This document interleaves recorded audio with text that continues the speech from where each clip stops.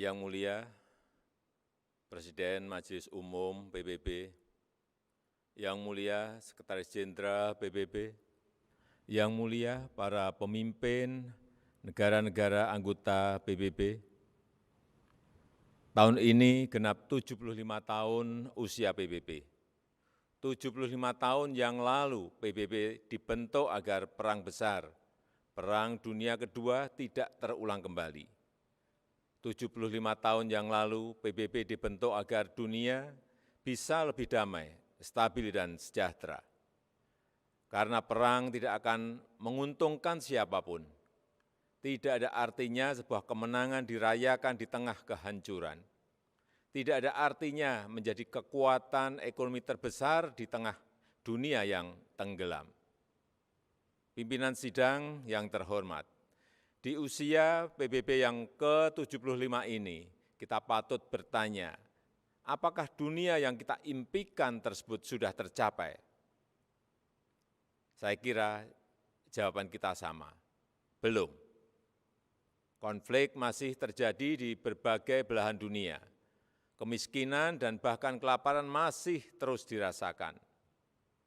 Prinsip-prinsip piagam PBB dan hukum internasional kerap tidak diindahkan, termasuk penghormatan terhadap kedaulatan dan integritas wilayah. Kita semua prihatin melihat situasi ini. Keprihatinan kita menjadi semakin besar di saat pandemi COVID-19 ini. Di saat seharusnya kita semua bersatu padu, bekerja sama melawan pandemi, yang justru kita lihat adalah masih terjadinya perpecahan dan rivalitas yang semakin menajam. Padahal kita seharusnya bersatu padu, selalu menggunakan pendekatan win-win pada hubungan antar negara yang saling menguntungkan. Kita tahu dampak pandemi ini sangat luar biasa, baik dari sisi kesehatan maupun sosial ekonomi. Kita juga paham virus ini tidak mengenal batas negara. No one is safe until everyone is. Jika perpecahan dan rivalitas terus terjadi, maka saya khawatir pijakan bagi stabilitas dan perdamaian yang lestari akan goyah atau bahkan akan sirna. Dunia yang damai, stabil dan sejahtera semakin sulit diwujudkan. Yang mulia, tahun ini Indonesia juga merayakan kemerdekaan yang ke-75 tahun. Dan sudah menjadi tekad kami, Indonesia terus berkontribusi bagi perdamaian dunia sesuai amanah konstitusi. Indonesia akan terus memainkan peran sebagai bridge builder, sebagai bagian dari solusi. Secara konsisten, komitmen ini terus dijalankan Indonesia, termasuk saat Indonesia duduk sebagai anggota Dewan Keamanan PBB. Spirit kerjasama akan selalu dikedepankan Indonesia, spirit yang menguntungkan semua pihak tanpa meninggalkan satu negara pun. No one, no country should be left behind. Persamaan derajat inilah yang ditekankan oleh Bapak Bangsa Indonesia, Soekarno, Bung Karno, saat konferensi Asia Afrika di Bandung tahun 1955 yang menghasilkan Dasar-Sila Bandung.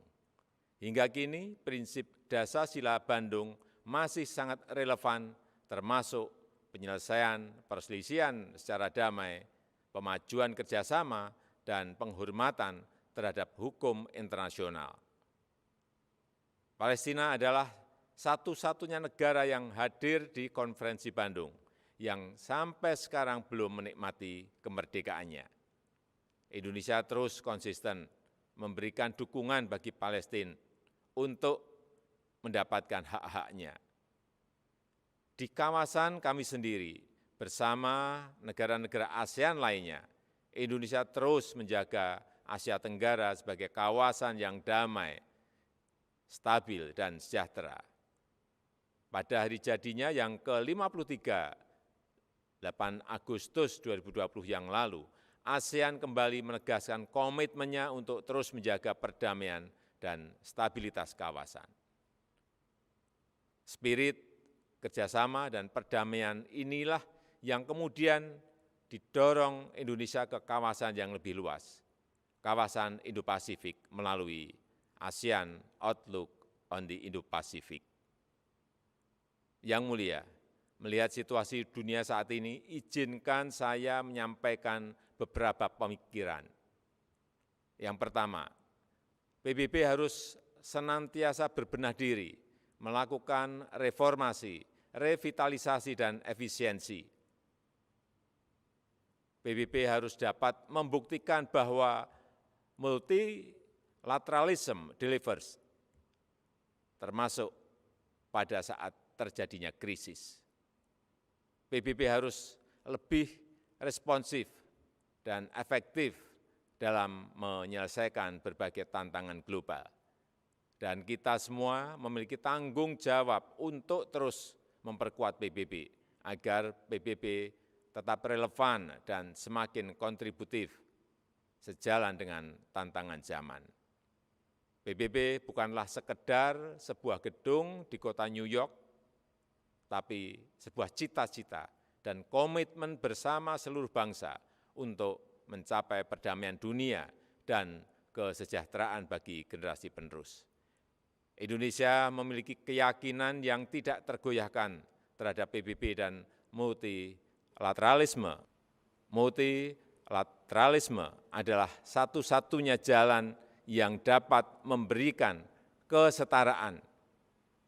Kedua, kolektif global leadership harus diperkuat. Kita paham bahwa dalam hubungan antar negara, dalam hubungan internasional, setiap negara selalu memperjuangkan kepentingan nasionalnya. Namun, jangan lupa, kita semua memiliki tanggung jawab untuk kontribusi menjadi bagian dari solusi bagi perdamaian, stabilitas, dan kesejahteraan dunia. Disinilah dituntut peran PBB untuk memperkokoh kolektif global leadership. Dunia membutuhkan spirit kolaborasi dan kepemimpinan global yang lebih kuat untuk mewujudkan dunia yang lebih baik.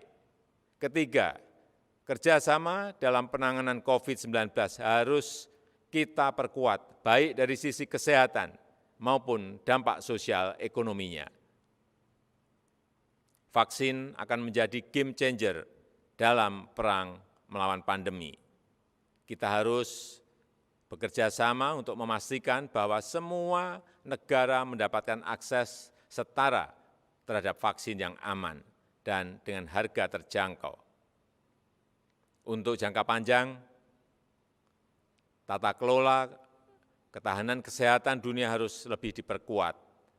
Ketahanan kesehatan dunia yang berbasis pada ketahanan kesehatan nasional akan menjadi penentu masa depan dunia. Dari sisi ekonomi, reaktivasi kegiatan ekonomi secara bertahap harus mulai dilakukan dengan melakukan koreksi terhadap kelemahan-kelemahan global supply chain yang ada saat ini. Aktivasi ekonomi harus memprioritaskan kesehatan warga dunia. Dunia yang sehat, dunia yang produktif harus menjadi prioritas kita. Semua itu dapat tercapai jika semua bekerja sama, dan bekerja sama. Mari kita memperkuat komitmen dan konsisten menjalankan komitmen untuk selalu bekerja sama. Demikian, terima kasih.